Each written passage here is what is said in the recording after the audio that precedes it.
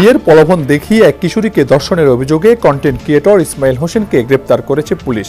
গতকাল রাত 12টার দিকে ওই কিশোরীর মা বাদী হয়ে ইসমাইলের বিরুদ্ধে নারী নির্যাতন ও ধর্ষণের অভিযোগে মামলা করেন। 5-6 মাস তার সাথে আমার লগে অবৈধ সম্পর্ক করে, তারপর বিয়ার কথা যখন আমি প্রস্তাব দিলাম তখন হ্যাঁ বলল কাজের লোকরে আমি গিয়ে বিয়ে করতাম কে, আমার মাইরা দুইরা বাড়ির থেকে পাঠাইয়া দিছে। পরে হঠাৎ করে শনিবার শনিবার দিন গিয়া রাত্রে মনে করুন যে আমি কাজ কামা গেছি গা, আইসি দি মেয়ে কান্দাছে, কান্দার পরে দেহরে আমি কই কিরে কি হয়েছে কান্দাস কে, কয় ইসমাইল হাইরা আমারে এই সব খারাপ কাম করছে।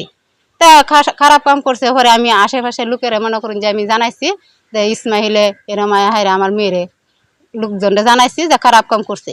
তা আমি জানি হেরা পয়সাওয়ালা মানুষ, আমি গ্রামে বিচার পাইতাম না, এই কারণে আমি থানায় আসছি। টিকটক ও শর্ট ভিডিও করে ইউটিউবে জনপ্রিয় ইসমাইল হোসেন 6 মাস আগে ওই কিশোরীকে তার নিজ বাড়িতে গৃহপরিচালিকার কাজ দিয়ে বিয়ে করার প্রলোভন দেখিয়ে ইচ্ছার বিরুদ্ধে ওই কিশোরীকে ধর্ষণ করেন। পরে ওই কিশোরীর পরিবারের সদস্যরা বিষয়টি জানতে পেরে ইসমাইলকে বিবাহ করার জন্য চাপ প্রয়োগ করেন ওই কিশোরীর মা।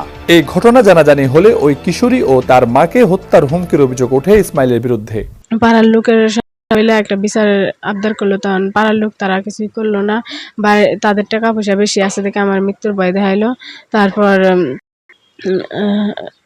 আমরা থানার আশ্রয় নিলাম। গত শনিবার দিনে কিশোরীর মা বাড়িতে না থাকা ইসমাইল ওই কিশোরীর বাড়িতে গিয়ে ফের ধর্ষণ করেন। ওই সময় কিশোরী বিয়ের কথা বললে ইসমাইল তাকে হুমকি দিয়ে বাড়ি থেকে চলে যান। এই ঘটনায় কিশোরীর মা ও তার আত্মীয় স্বজন সহ আশেপাশের লোকজন বিষয়টি জানিয়ে বিচার দাবি করেন। বিচার না পেয়ে গত সোমবার কিশোরীর মা হালুয়াঘাট থানায় লিখিত অভিযোগ দায়ের করেন। গতকাল মঙ্গলবার পুলিশ ইসমাইলকে আটক করে তদন্ত করে ঘটনার সত্যতা পায়।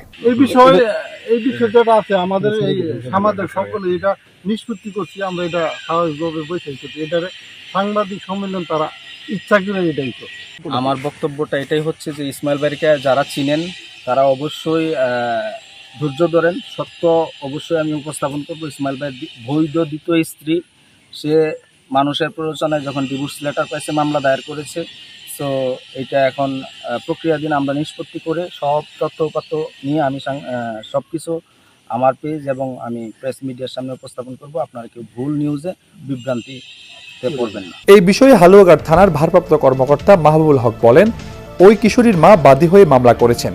অভিযুক্ত ব্যক্তিকে গ্রেপ্তার করে আদালতে পাঠানো হয়েছে। কিশোরীকে পুলিশের হেফাজতে নিয়ে মেডিকেল পরীক্ষার জন্য ময়মনসিংহ মেডিকেল কলেজ হাসপাতালে পাঠানো হয়েছে। ময়মনসিংহ হালুয়াঘাট প্রতিনিধি রফিকুল্লাহ চৌধুরী মানিকের পাঠানো তথ্যচিত্রে ডেস্ক রিপোর্ট সমকাল।